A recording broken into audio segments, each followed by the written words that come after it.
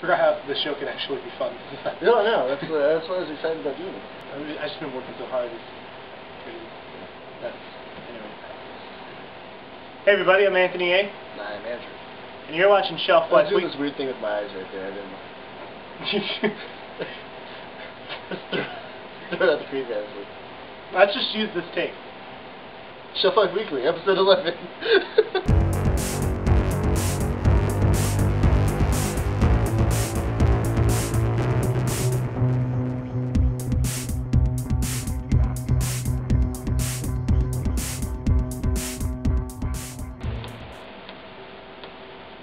So I see you brought a pen. I did bring into a the pen. mix. I love bringing pens into the mix.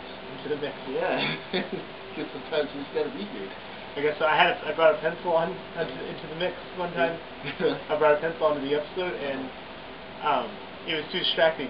Everybody hated me for it. I got so many emails just talking about. Were they hating you because it was so distracting, or they hated you because like you killed trees to make that pencil? No, it had nothing to do with trees. Oh, okay. It's just the fact that because you see how you're doing things with it. Right. Totally drives people nuts. Well, there, problem solved. It's pretty fun. Yeah, right on. Okay. So I guess we can start the episode. Sure. So first up on today's episode of Shelf Life Weekly, we're talking about a very talented and unique artist by the name of Jason Levesque. Is it Squawk? Levesque? Squawk? It's one of those names that ends in QUE and always throws the. I think it's just Jason Levis. Jason Levis, aka Stunt Kid. You should go check out some of his stuff after the show at www.stuntkids.com. Does some really cool work.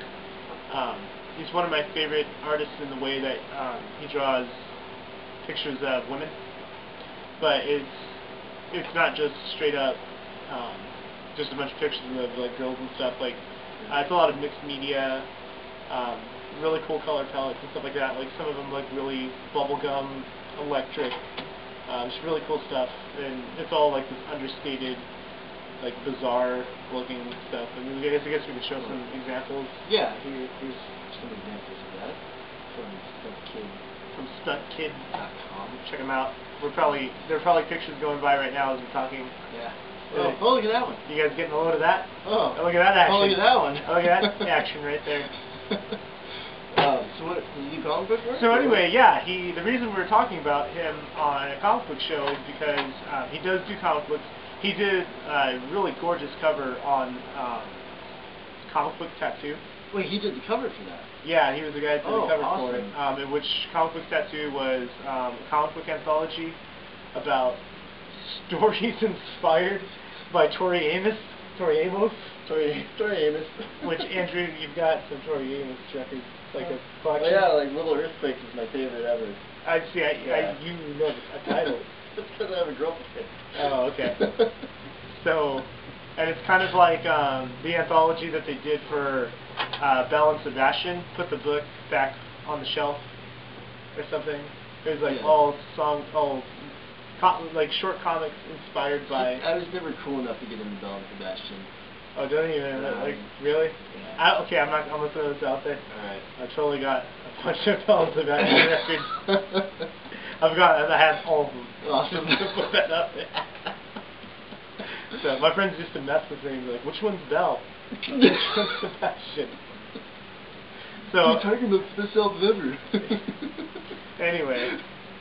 See, now I feel embarrassed. That's okay. But, yeah. I took the Tori Amos hit, you gotta take the Belle and Sebastian hit. I guess so. Oh, this is awkward. So, yeah, he did the cover for that, which is really cool. It's a really big art book. Yeah, no, it was this huge art book. It has so many different artists in it, and it was still really cheap. It was like $30. Oh, seriously? Yeah. I don't think I could afford it. But the thing that I was able to pick up was he did a series of prints for an art show called Anatomically Correct, which he photo referenced a couple of like really cool models and stuff, and then he did like the skeletal structure. Like he drew it like you can like see through them and stuff. That's cool. So yeah, those are like limited edition prints.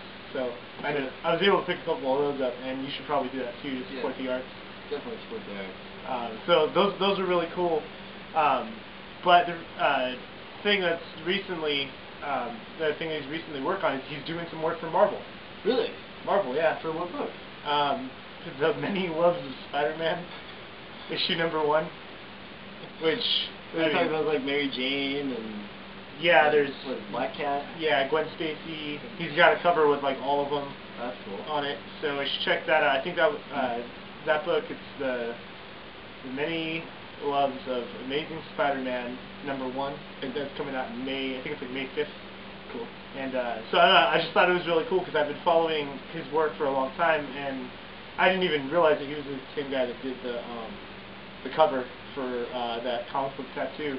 But then just to see, you know, just a random artist that you're following, just pop up into the Marvel U. No, it's always cool to see artists that you enjoy succeed. Yeah. Because it happens so rarely. And it's funny because they're reading an interview, they're like, "What do you think this is going to happen? You're working for Marvel." It's just like, I don't know. Seems I'm gonna, I don't know, probably afford more things. I don't know. I can buy more stuff. People are gonna look at my art. Flush out my apartment a little bit. Yeah. So Amazing Spider-Man, Many Loves of Amazing Spider-Man. Yeah, the many Loves of Amazing Spider-Man, issue #1. I'm not going to vouch for the content of the book, but I will vouch for the cover, and I will vouch for the artist. So check it out, StuntKid.com. Alright, I'm going to be talking about 2 webcomics that I enjoy a lot. Fair enough. One of them is called Garfield minus Garfield, and bet you can't guess what that one's about. I really can't. Yeah? No. Okay, what they do is this guy named Dan Walsh goes in and he erases Garfield from Garfield comics. So mostly it's just John sitting there talking to himself. That's pretty Just awesome. being incredibly lonely and That's great. like, yeah. No, so it's amazing. I just saw that the other day. I thought it was like President Garfield. Way off. Way off. Like Garfield the cat. Yeah. Yeah, Garfield the cat, the big orange thing that was poorly voiced for it by Bill Murray. Yeah. Yeah, that atrocity. But it was funny because he actually didn't, like, you know, Jim Davis, the guy that did Garfield, didn't sue him or anything. He just loved the idea and actually did a couple of them himself. Oh, that's funny. Yeah, he was just cool with it. Yeah, he's just like, that's an awesome idea. Yeah, I wish more creators are cool with stuff Yeah, like it's that. just like, oh, you came up with something. It's not like George Lucas. Yeah, like if it's awesome, they're just into it. Yeah, for real. No, so that was really cool. You can actually pick that up on Amazon. If Amazon's still up, I guess they had some big sale on comic books, and basically we crashed the site. Don't even know if Amazon's going to be carrying comic books anymore. Oh, really? Yeah, it's recent. I just read that today. Yeah. But